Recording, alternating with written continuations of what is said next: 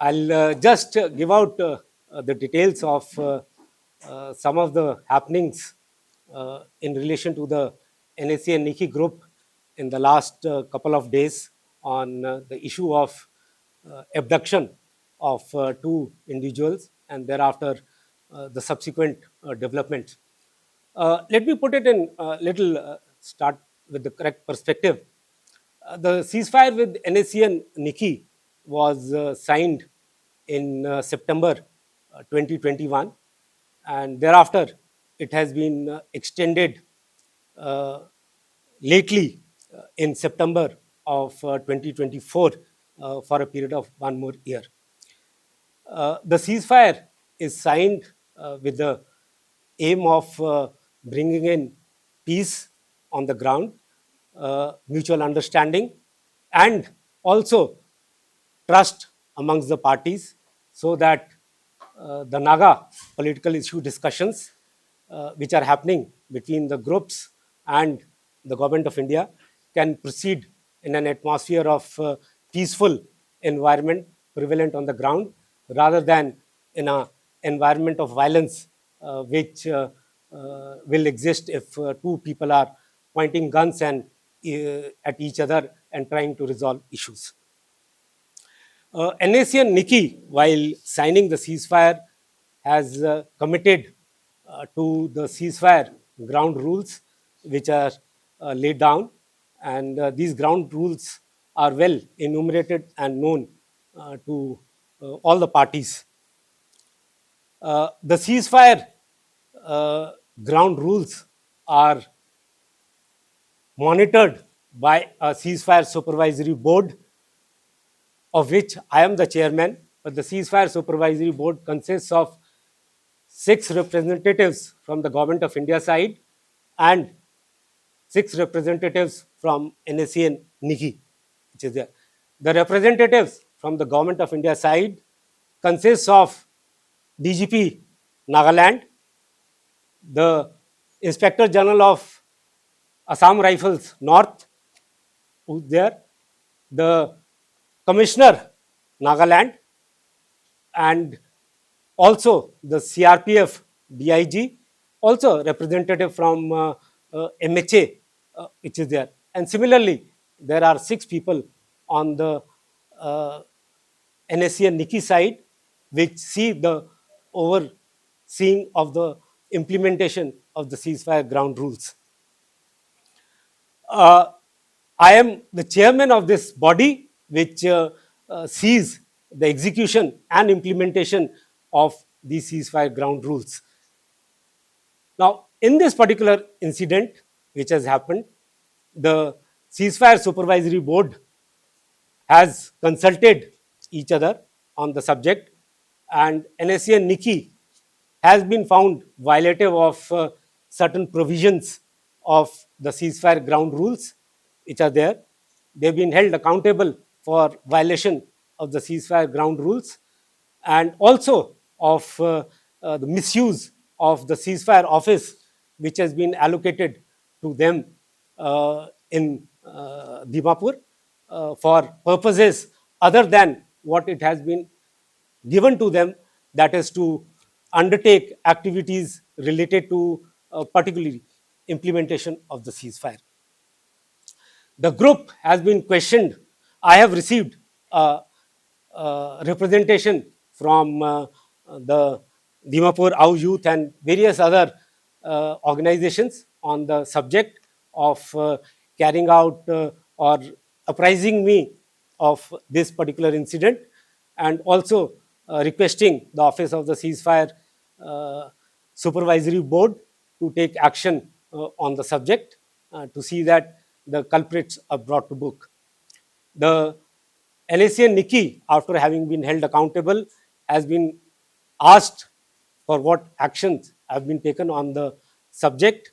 The group, in writing, has committed to the ceasefire supervisory board that they are ready to, or they will adhere to all the ceasefire ground rules what have been agreed upon by them and the government of India, and they will make all efforts to see that the culprits are brought to book because the individuals may have acted in their individual capacity, which is there, and also they will not be an obstruction to the law enforcement agencies, especially the Dimapur or the Nagaland police, for carrying out these actions of arresting the culprits and bringing them to the book. The NSCN Niki has also been asked to see that they apprehend these individuals at the earliest and bring them and hand them over to the Nagaland police for necessary action as per the law which is there. Meanwhile, the DGP Nagaland, who is also a part of the complete ceasefire supervisory board, has been asked to take mayors on priority to see that these culprits are arrested and they are brought to book on early time frame. The DGP has assured that they will take action, and they have been taking action on the subject. And in the same mayors, they had already carried out search of the NSCN Niki office, which was facilitated by the Ceasefire Supervisory Board. So there, and also carried out raids at various other places for apprehending these people who have undertaken this criminal act of carrying out an abduction. The police have also carried out or issued out a lookout notice for apprehension of these individuals, and anyone providing information for the apprehension of these will be suitably rewarded by the police. We have urged the DGP Nagaland, and he has assured as part of the ceasefire supervisory board that action on priority will be taken to apprehend these individuals and see that they are brought to book. The group, once again I will say, has also committed to follow and adhere to all ceasefire ground rules, and also see that if they are able to get in touch with these individuals, because presently these individuals who have done this act are also not in touch with the group. They have gone and somewhere hiding. The group has also been urged to get in touch with the group at the earliest and bring them and hand them over to the police for suitable action, which the group has assured that they will make all endeavors to do that. So that is the present situation for the time being, and we will continue as the ceasefire supervisory board mechanism with part of all the members to see that the culprits are apprehended at the earliest and brought to book on this subject of carrying out violations of the ceasefire ground rules. So that is the situation, that is the status which is there presently, and we will continue to press upon all the rightful agencies to see that we take this issue to their logical end. Thank you. I have a question. As of presently, we have around 26 Naga political groups, and as per the information, only 5 have signed a ceasefire agreement with the government of India. What about the rest 21, or maybe even more, or even less? Whose authority will they fall under? The government, my ceasefire mechanism, with each group with whom the government of India has signed the ceasefire agreement, there is a written ceasefire ground rules existing to follow and undertake actions as per the ceasefire ground rules. The government of India has signed only ceasefire agreement with 5 groups with whom the government of India is in negotiation.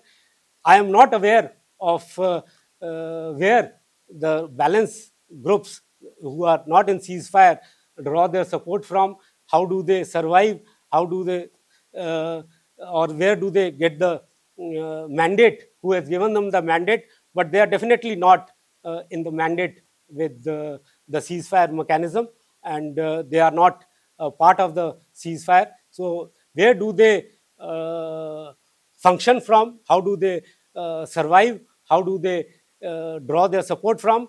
I am absolutely not concerned. My mandate is limited to see that ceasefire is followed with the groups with whom the government of India has signed the ceasefire, and I will see that my mandate is followed with all the members of the ceasefire supervisory board, which I have already enumerated, that they are part of the thing, and we will see that ceasefire ground rules are followed, and if any group violates those ceasefire ground rules, they are held accountable in these terms of carrying out lawful action against those people who violate the ceasefire ground rules. One question. The- With due respect, are you saying in record that you are not aware of the other factions that are present in Nagaland apart from the 5 that have signed the ceasefire agreement with the government of India? Are you saying on record, sir? the factions may be present. I am not saying that other factions are not present. They are not part of the ceasefire mechanism today. There are large number of political groups which are there, whether it is a civil society organization or whether it is a political group. There are number of political groups existing within Nagaland also. They may be existing. I am not saying that they don't exist. I am only saying that they are not part of the ceasefire mechanism. They are not mandated under a ceasefire mechanism. A political groups, we do not have a ceasefire in terms of ceasefire. I'm sure you all know the meaning of ceasefire. When there is a stoppage of fire, we consider these 5 groups with whom the government of India is in ceasefire to have a military capability to fire. Over and above that, if there are other political groups existing, whether in Nagaland, who represent the Naga people, I have nothing to say on that, because I do not control them, I do not provide them any ceasefire related facilities, and they do not fall under my purview to monitor or uh, to carry out any engagement with them. Okay, one question. I'll read out Yeah. from the CFGR. Clause 11. It says the NSCN will refrain from extortions, forcible collection of money and supplies, and intimidation of individuals, including government officials. Now, and there's number 15, clause 15. Security forces will retain the right to enforce measures necessary to uphold public safety and prevent any disturbance to peace. Now, what steps have you taken to enforce this clause 15? See, I have already told you what we have done on this particular incident. The DGP Nagaland, they are the ones who are part of the ceasefire mechanism which is there. And the DGP has been requested to see the law and order maintenance is also the responsibility of the Nagaland police as much as any other security forces. The DGP has been requested to see that people who have violated and disturbed the public security or the public peace, especially in this case, to Chap, the DGP has made or committed that they will arrest these people at the earliest. And I'm sure the police is making all efforts to see that, with all these things, to see that these people are arrested who have disturbed the public peace, and they are arrested at the earliest and brought to book as per the law, which On is the there. other hand, the police are claiming that their hands are tied. They cannot take action on any of the cadres when they are in their designated field. See, let me also make it very clear. The chairman is a chairman of a body. The chairman is not a individual who functions. The chairman functions as chairman of a ceasefire supervisory board, which is there. And all members of that ceasefire supervisory board, if I read out to you the ceasefire ground rules which are there, if you see number 2, enforcement of the ground rules will be the responsibility of Government of India. The Government of India and the NSCN Niki will jointly implement the ground rules. Issues relating to the implementation of the ground rules will be resolved by a ceasefire supervisory board comprising 6 representatives, each of Government of India and NSCN Niki, headed by the chairman. So, if I am the chairman of a body which consists of all these people, I am no one to stop anybody from carrying out their duties. Yes, I am only taking views of all the people who are part of this ceasefire mechanism, and once it is ascertained that a party has committed violation of the ceasefire ground rules which are there, necessary action is taken against them. In this particular instance also, the cognizance has been taken that NSCN Niki has carried out violation of the ceasefire ground rules, and as per that, the police has carried out actions to apprehend those people. The police have also even gone to the extent of searching the ceasefire offices of the NSCN Niki group, and our concern is also only to see that in this larger body, when we discuss things, everybody, the underlying principle with which the ceasefire with the NSCN Niki group has been signed, to see that peaceful atmosphere exists and violence does not retain or come back.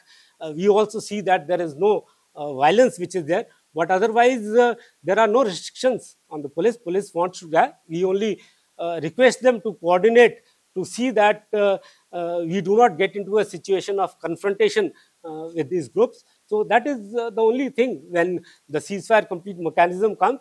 And if there is a requirement of searching any of these premises by the police, complete support will be provided to the police for carrying out any activity of this So nature. you are saying the police can conduct a raid or search any designated camp, right? See, there is a difference between a designated camp and a ceasefire office. Okay, so they See, there is no ceasefire or there is no designated camp in Dimapur, except for Kehoi camp, which is a designated camp. Otherwise, all the places what have been given out is the ceasefire offices.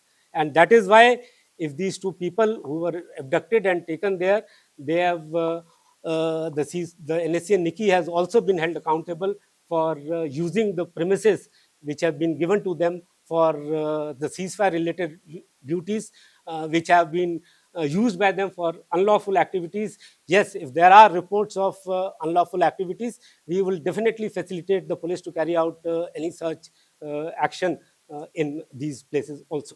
you mean the ceasefires, so what are you talking about? Ceasefire Yeah, law? it's a ceasefire mechanism which is there. I alone don't function in an individual capacity. It's a ceasefire mechanism. Yes, if there is a reports of a place being used for illegal activities, and if the police wants to carry out it, the whole mechanism will facilitate that action which is there. So just a few days back, NSCN Niki group held a press conference. They have mentioned that I think we will limit ourselves presently to this incident, what has happened, since this is only, sir. So they have mentioned that they don't recognize Indian laws. So if so, under which constitution and body was the ceasefire agreement signed? If they don't recognize Indian laws. I will not comment on that. I will only comment because for me, the guidelines, for me, everything is what the ceasefire groups or the groups which are there in ceasefire with the government of India have committed to uphold. If they violate any of these provisions which are given out in the ceasefire ground rules, they will be held accountable. Whether they follow their own some constitution or for their own management, I am actually not nobody to comment on that issue. To me, the authority to see that the groups follow the ceasefire agreement signed with the government of India is this ceasefire ground rules and the ceasefire agreement, of which all the agencies are part of it. And we go by this document, and we will see that this document is adhered to by all the groups in letter and spirit. One last question from my end. This is just coming back to my previous question. So, in the case, amidst the fact that there are other parties who are not in ceasefire agreement with the government of India, since you are the chairman of the ceasefire monitoring cell, do you have the authority to say that the state police or the Indian army or the Assam Rifles, whatever it may be, has the authority to go and raid those camps? So, if any of those people carry out any illegal activity, the police is free to take action on that. The ceasefire mechanism is limited to the people with whom the government of India is in ceasefire. If there is anybody else who's carrying out any illegal activity, who's breaking the law, the police is free. There are law enforcement agencies, there are security agencies. I'm sure they all would be upright to take action against those people which is there. To me, my mandate is, like I said, limited to these 5 ceasefire groups with whom the government of India is in ceasefire. May you kindly put on record the 5 groups that you are in ceasefire with? We are in ceasefire with the NSCN IM, NSCN Congo, NSCN Reformation, which is there, NSCN Niki, and uh, and NSCN unification. We are in C. That those are the 5 groups with whom we are in ceasefire. My mandate remains limited to these 5 ceasefire groups with whom I deal with. Rest balance, if they indulge in any other illegal or any activity which is against the law, I'm sure the law enforcement agencies will take action. Under your law, when and if and when they commit illegal or they violate the law, under which these days Bharat or whatever it is, under which law will they be put? See, the people, if the police is making all the efforts to apprehend those people and issue out lookout notices, once the police apprehends them, I don't have to state under what law the Nagaland police will take action against them.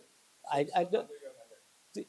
See, that is the Nagaland police who will take action against them. If the police is apprehending, you all know what rules and regulations police follow, which is there. The police will take action against them. I don't have to state under what law they have to follow. The police will follow the action. Thank you. I think we will limit it to this. We've had a number of discussions today, so I think we will limit it. Next.